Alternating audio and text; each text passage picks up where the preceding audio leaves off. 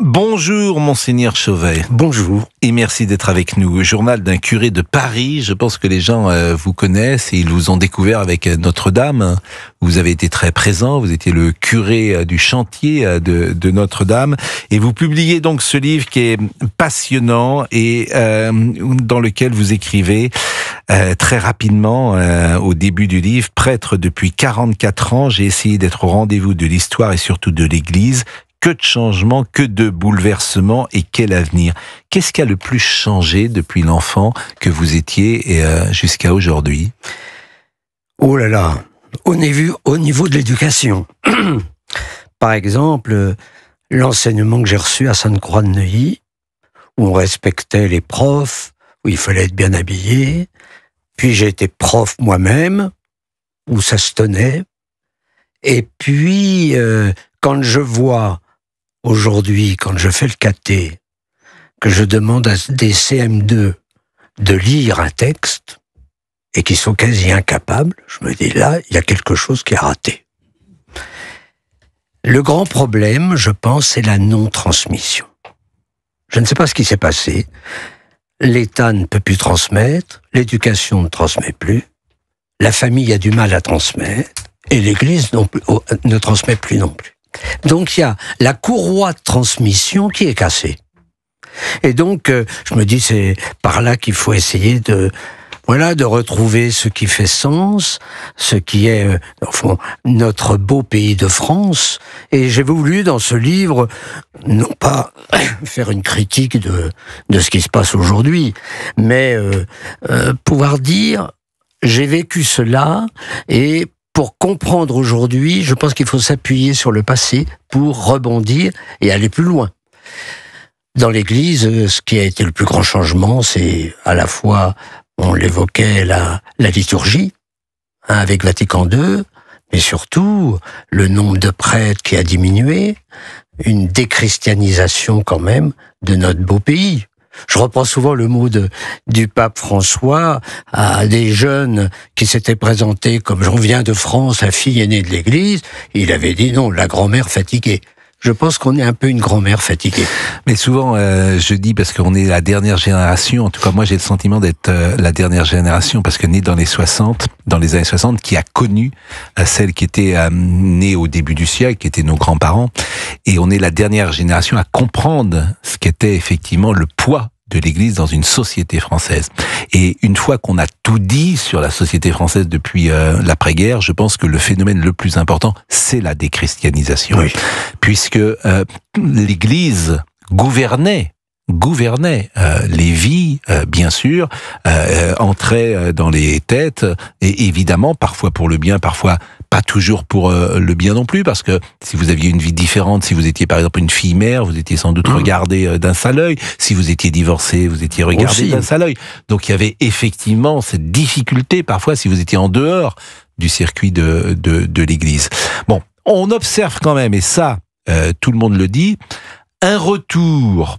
Par exemple, on est dans la période du carême. J'observe qu'il y a beaucoup de jeunes gens, Monseigneur Chauvet, qui sont entrés en carême.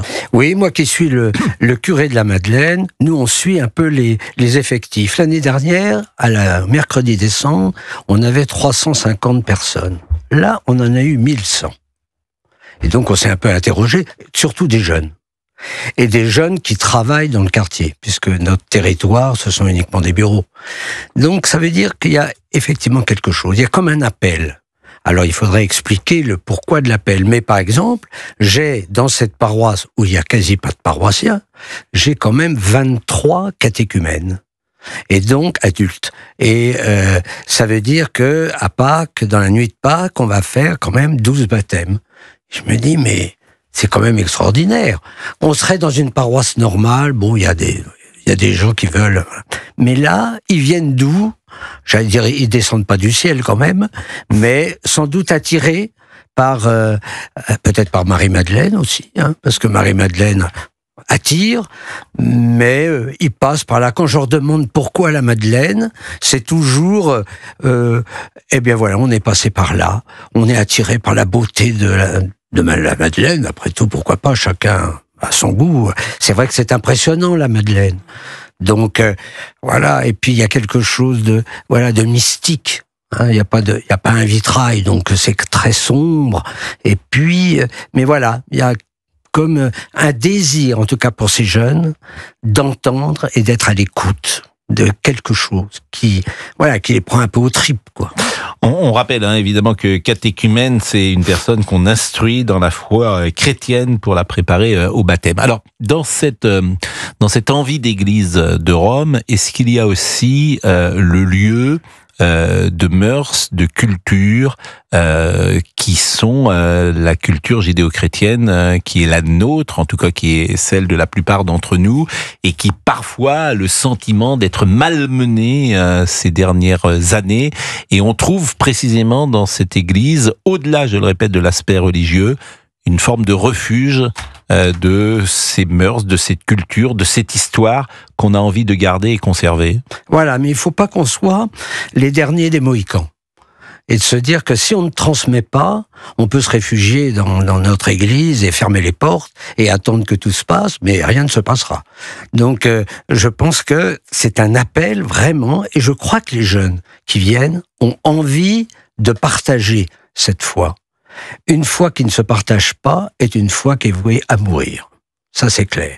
Donc, si nous restons dans notre petit coin, ou qu'on reste entre nous, il faut avoir l'audace de la mission. Non, je vous en prie. Non, il faut avoir l'audace de la mission et de pas hésiter à sortir de nos églises pour aller chercher celles et ceux qui attendent quelque chose. Monseigneur Chauvet est avec nous, il a écrit Journal d'un curé de Paris aux éditions Fayard, il est 12h39, vous êtes sur Europe 1, on va évidemment parler de l'actualité. Lorsque Monseigneur est arrivé tout à l'heure, je lui ai dit comment mourir, cette question qui nous hante tous.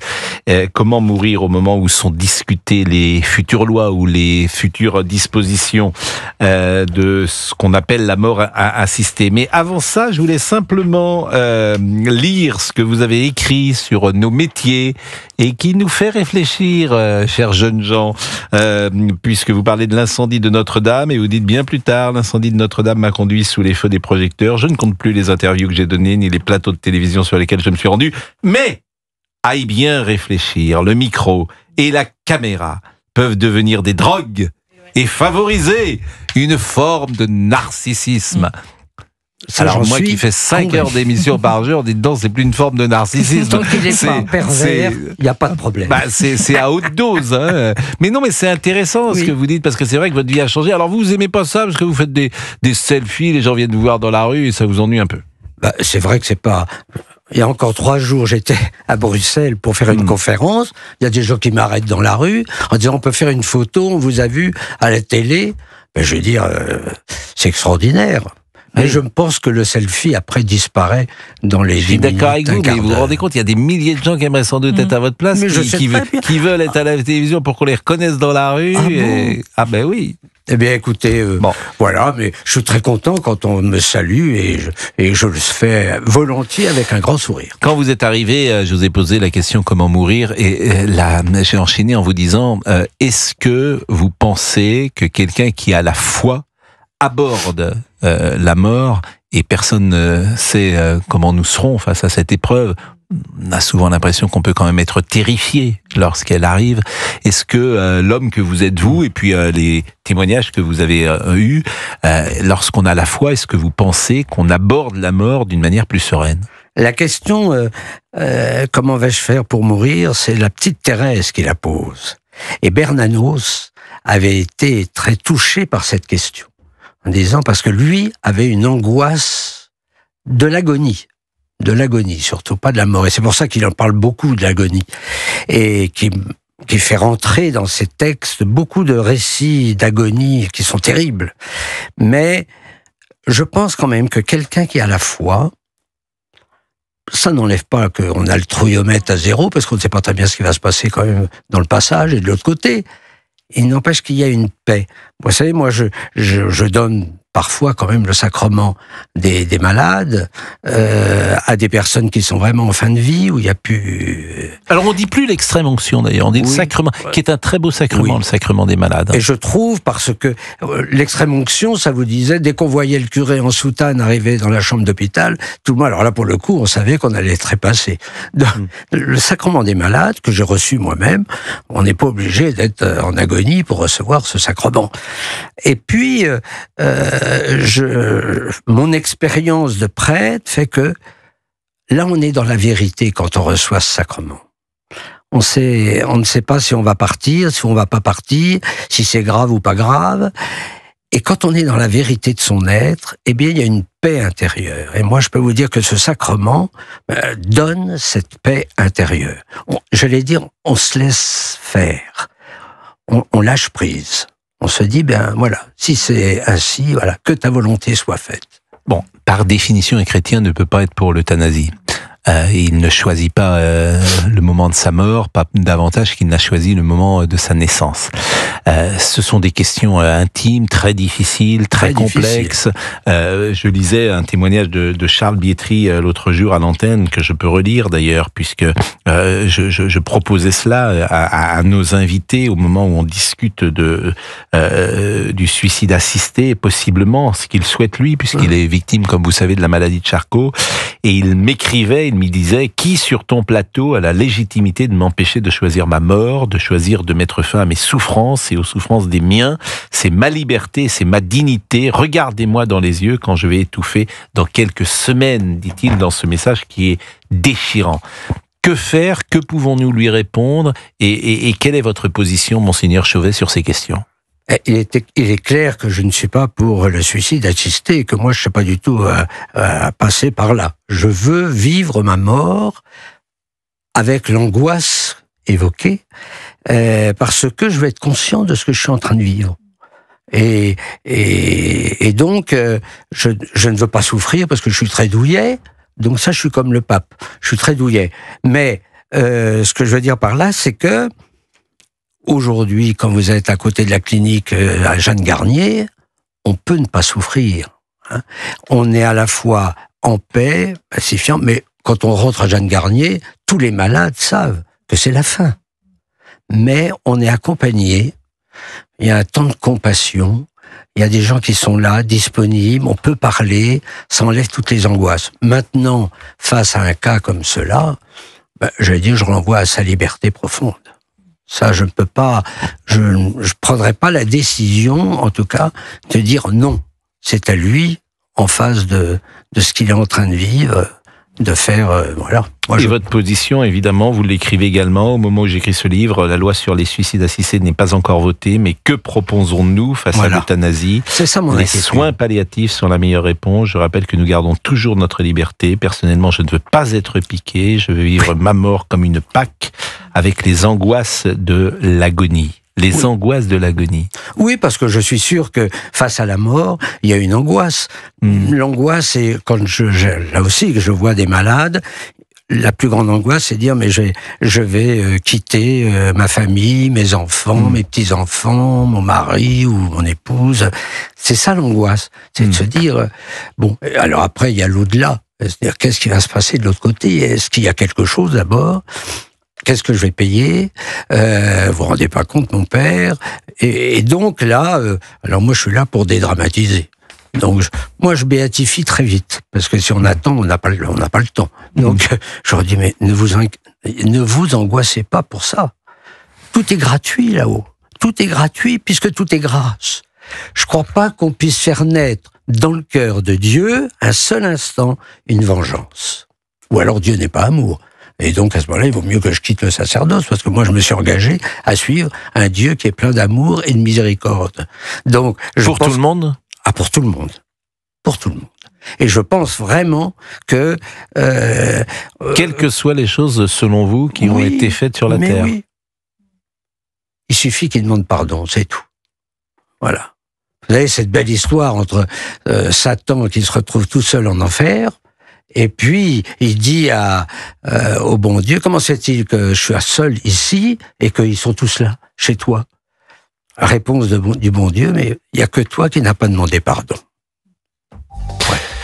C'est passionnant évidemment de vous écouter. J'aurais aimé qu'on parle du pape parce que vous écrivez, je sais que notre pape François est contesté par certains et qui le trouvent trop progressiste. Il est vrai que parfois nous avons du mal à comprendre ses décisions, mais c'est le pape et il est assisté par l'Esprit Saint.